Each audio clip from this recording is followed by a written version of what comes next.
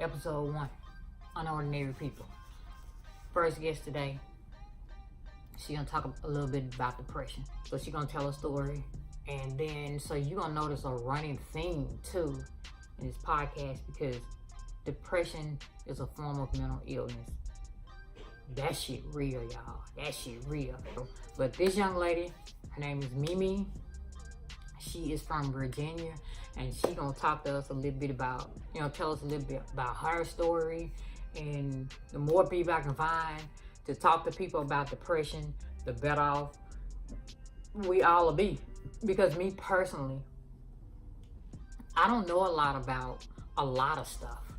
I feel like I've lived a long time, but I still don't know a lot of stuff about a lot of stuff. So here's my chance to find out more stuff about more stuff. Anyway, without further ado, so we have no video for this. This is only audio, but I did include symptoms.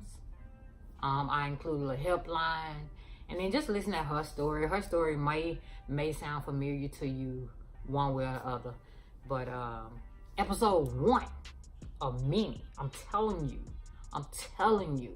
Sometimes it's gonna be serious stuff like this. Sometimes it's gonna be fun and games. You know what I mean? Hey, we're gonna do what we can around here. Appreciate you for tuning in. But just listen at her, man. Listen at her. My name is Mimi. I'm originally from Houston, Texas. All right, where you at now, Mimi? I live in Virginia. Been here like a year and a couple months now. Okay, cool. Well, thank you for joining us today, Unordinary People. So today's topic, episode 1. She's introducing our podcast. Episode 1, depression. Mimi, what is depression? To me, like I said, depression can be very dramatic. And sometimes you can be sad, you can be happy. It depends on, like I said, what you've been through or what you went through in your lifetime, and how, different events of how you actually came through it. But it's something that traumatically happens in your life to make you depressed, and then that's when you automatically start being able to live or dealing with depression. Okay. So for you, was it something, first of all, how long have you been suffering from depression? Okay, I started suffering from depression like in 2011 when at that time I was dating a guy, and we rapidly fell in love, and eventually we moved together, and so forth. And then what happened was I was at work, and then the guy told me that he texted me actually and told me that he was going to be leaving, and I was like, in my mind, I'm thinking, like, is this a joke, or is this something like, something actually serious, or this is just something that he's just, just saying just to be saying. Right. But anyway, he actually left, and I was just starting a new job at orientation and whatnot. So actually, I called him, and then he answered the phone, of course, and then said that he left. And so me, of course, being young, dumb, and in love with him at the time, I left my job. And then I went home, and that's when my life actually changed. I went home, and of course, like he said, he did leave. All his stuff was gone. I stood in the middle of the living room floor, and I was like literally in a shock that he actually picked up all his stuff and left. And then I went to his grandmother's house, which was currently at that moment right around the corner from where we lived at. Of course, he was there, and he didn't want to talk. And so then is when I went to a park that was right around the corner from where his grandmother lived at. And at that park is when my life dramatically actually changed. Then is when at the point I definitely wanted to commit suicide. It was a park that was next to a train, and I wanted to, if that train would have came, I would have not been here today, because I would have been standing, I could literally been standing in front of that train. Wow. So what is it that made him leave? Like, did you ever find out what made him leave, or? Did y'all ever talk about that at all? feel like he wasn't, his mindset wasn't ready for the type of relationship that I was ready for at the moment. Right. Which was a serious, committed relationship. And I just feel like that he wasn't literally ready for that. Okay. So that was 2011. Right. So that was 2011. So for 7 years. So like that was your introduction to depression in 11? Wow.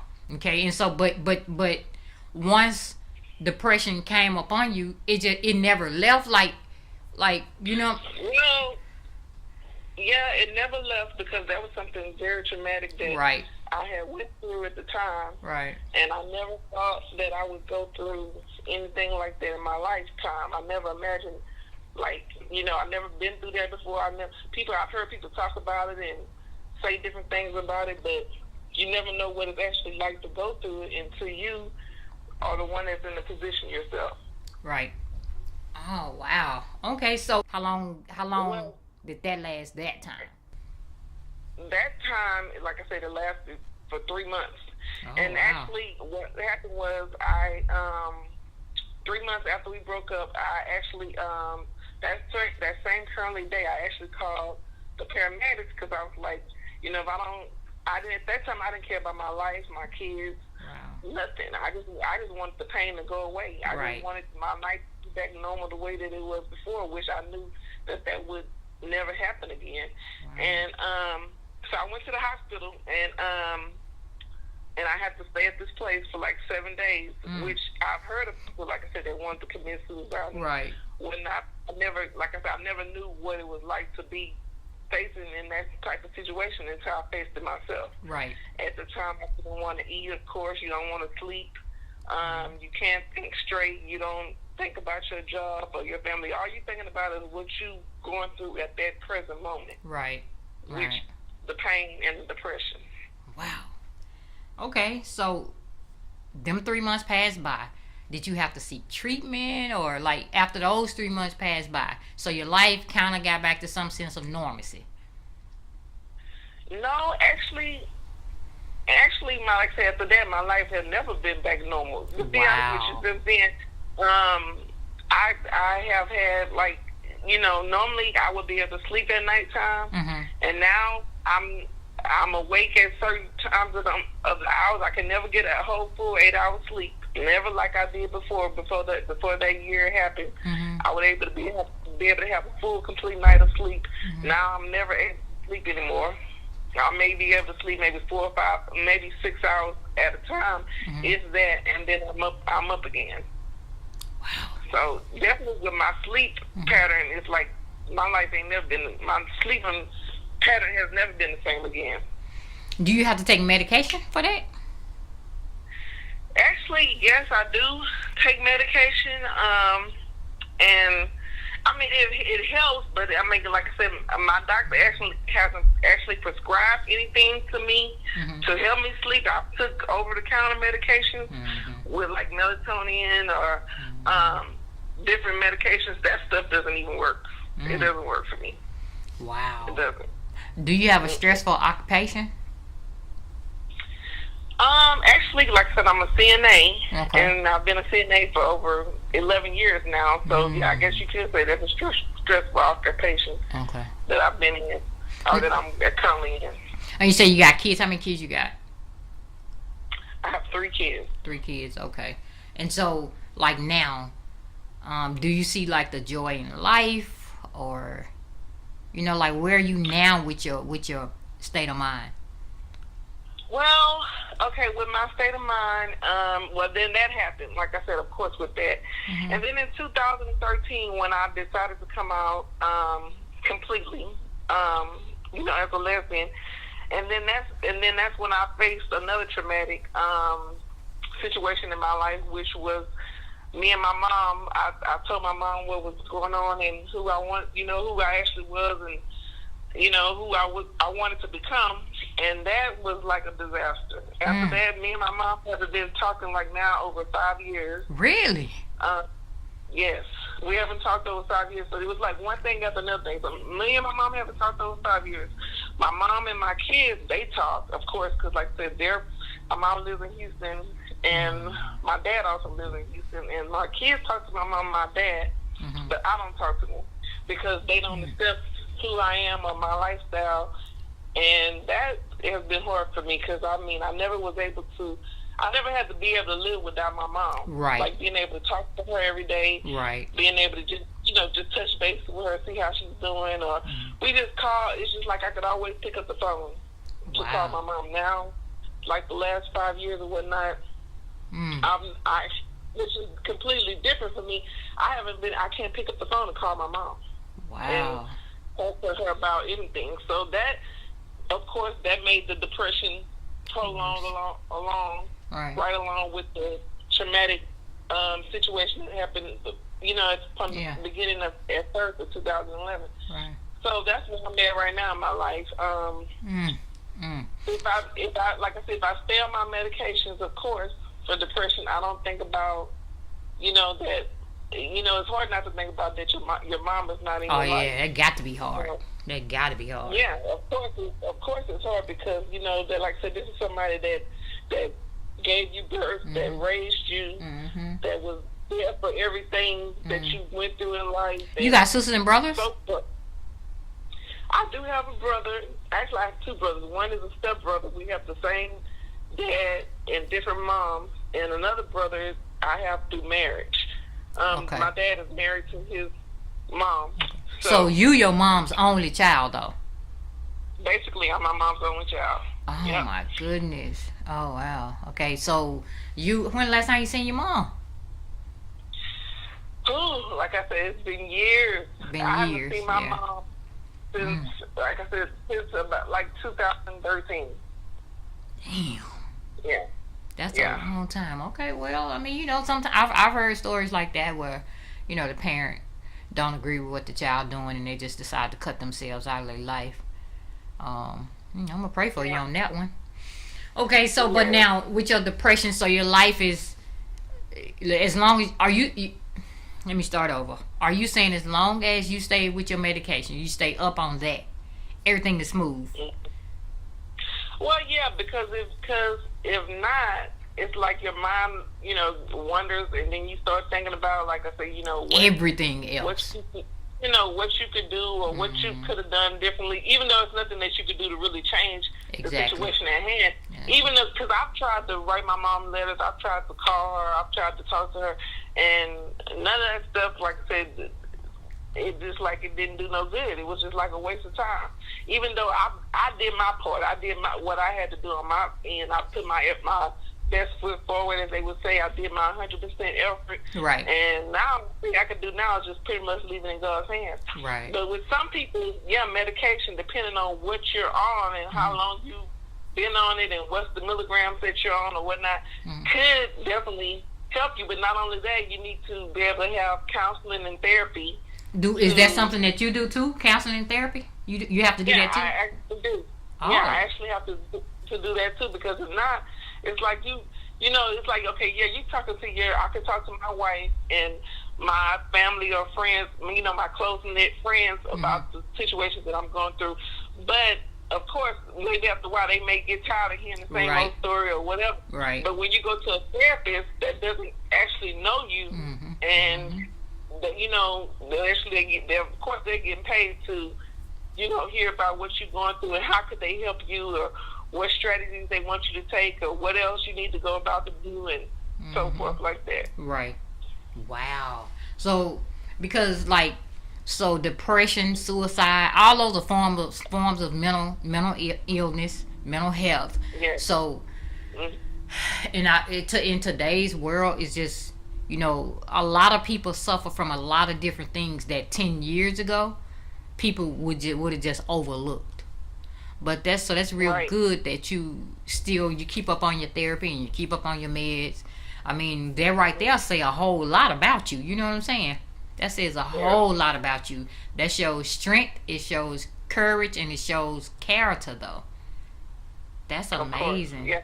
And you would not, and if you look at a person, you wouldn't be like, you would think, okay, that person is not depressed because, of course, like, in front of other people's eyes, of course, somebody's not going to, people are going to, smile, like they say, smile through your pain, because Yep. you don't want nobody to really know what you're going through. Mm-hmm. But today, as I could say, like I said, my story, when they say that same, which is true, the people that actually have been through depression or suicide or whatnot, or lived through it, that your story is not over yet. Right. You are still living. You know, it's like you're still living through your story, through the Right. events of life that that you've been through, and it's a lesson. You know, if I'm, like I said, truly blessed that I'm here today, because I think about, like I said, if I wonder, like, if that train would have came, where would I have been? I would have been dead and gone. But it was nothing but the grace of God that prevented this from prevented it from happening, because I could have been anywhere in my lifetime by now.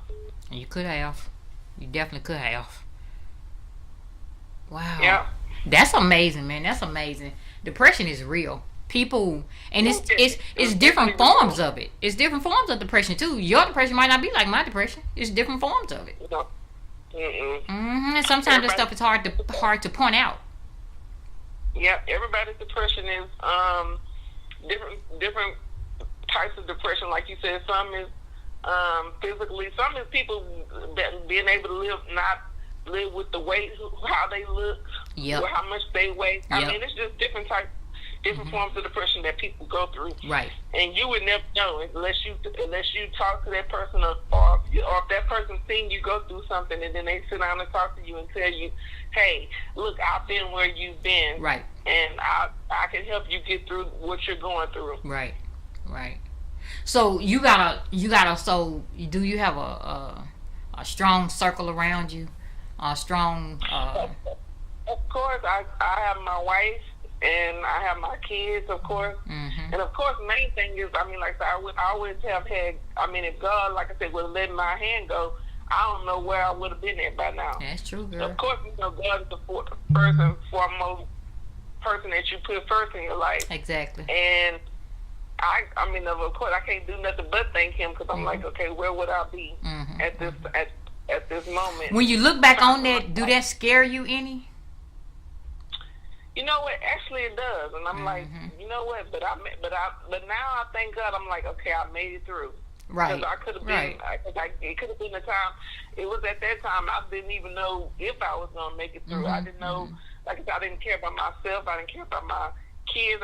All I cared about was the pain I was going through, and how would my life be back normal again. But of course, like I said, with that, and then the situation with my mom, that me and my mom are going through, my life has never been back normal. But then, like I said, that's when medicine and therapy comes in. You learn how to cope. You got with the life, with where your life is at now. You learn how to cope with it. And the truth of the matter is, I think everybody got something that they learning how to live with.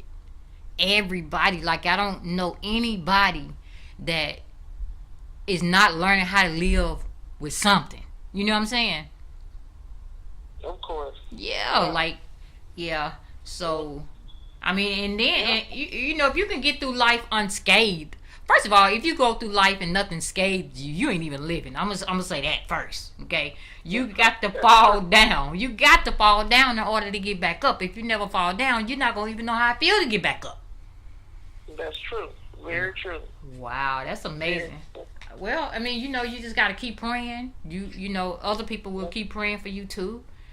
Because, you know, like you said, your story ain't even over yet. And who can judge you? You know what I mean? Who can judge you for even taking your meds? Who can judge you for going to therapy? Because I'm going to tell you something. I feel like I'm 90% of Americans should be in therapy every week. That's the way I feel. You know what I mean? Because your life, you know, stuff happens in life. Like life will throw you curves, man. And you don't even know where it come from. Next thing you know, you wake up and you look, and there it is. It's staring you in the face. So all of that is to be commended. I'm gonna pray for you. I'm hoping that my story will, like I said, help other people that's, you know, like I said, that's been where I've been in life. Because well, one thing about it, like I said, at that time and frame, when you are going through the situation in time, you think, like I said, that's it. That your life is about to end, and that's the only place that you are at that moment. But I mean, like I said, I am a living witness that you can get through it with the grace of God. Right. And of course, God puts different people in your life. Yeah, that, for a reason. I guess say like that. Yeah, for a reason, and that can help you get through what you're getting through. That you know, I mean, even though sometimes people think their family is not in their life, that's all they need. But as long as you have the grace of God and people that can help you in your life, you can get through it. You can get through anything. Yeah, because even with you, I bet you any kind of money in 2010. So that happened to you in 2011. In 2010, you didn't know that you could be able to get through something like that. Like, you don't know your own strength until you face with whatever you face with. That's very true. Yeah. Very true. Wow.